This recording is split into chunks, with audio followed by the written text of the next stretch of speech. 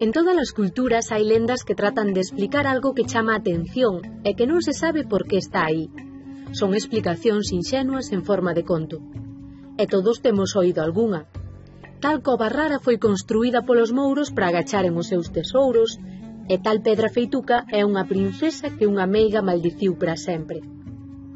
Que no mundo haxa tantas linguas é unha desas cousas intrigantes. É máis intrigante pensando que todos procedemos de Adán e Eva e dos pouquiños que con Noé sobreviviron despois ao diluvio. Como explica a Biblia que empezou a diversidade de linguas? Pois como a tradición de outros povos. Cando os pastores nómades salvados do diluvio chegan a unha terra cha e fértil entre o Tigris e o Éufrates, aséntanse e crean a agricultura e o urbanismo. Ademais de faceren casas, idean construir unha torre moi alta para se faceren famosos, por se algún día se teñen que dispersar polo mundo. É fana. Pero Deus ten outros plans.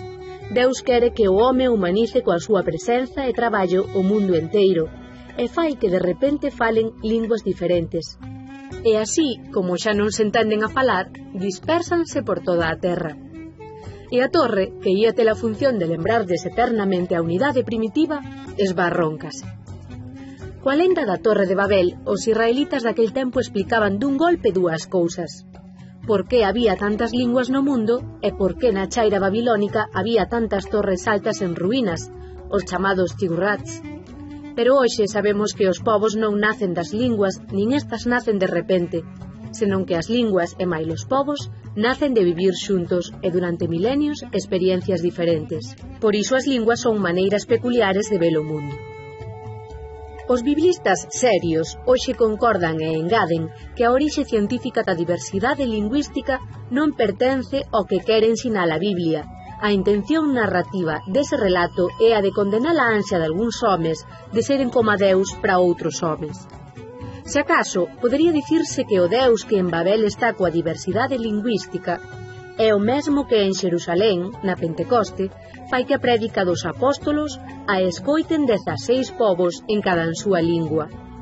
O cristianismo non terá unha lingua sagrada, todas valen para falar do sagrado.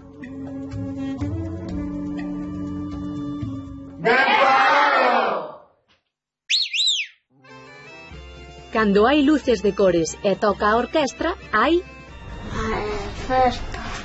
Animaliños que nadan polos ríos. Peixes. Ves como sabes? A Biblia non ten como obxectivo realizar afirmacións científicas no campo da astronomía, da bioloxía ou da lingüística. Os biblistas, escarmentados do caso Galileo, advirten que a Biblia non se pode tomar como autoridade fora do ámbito da teoloxía, que esa sí é a esencia da Biblia. O relato de Babel o único que pretende é criticar a soberbia duns homes que pretenderon ser como Deus para outros homes, e non máis. Se acaso do relato de Babel, como da Pentecoste en Xerusalén, o que sacamos é que a diversidade lingüística é natural. É natural porque Deus mesmo é vario. Saben como explicaban os nosos avós aquilo de que Deus é simultaneamente Pai e Fillo e Espírito Santo? Pois con esta planta, nabo, nabiza e grelo, que está aquí dentro, unha mesma planta, tres aspectos distintos. A variedade é natural porque Deus mesmo é vario. Polo tanto, un cristián nunca pode desprezar unha lingua, calquera que sexa. Abur.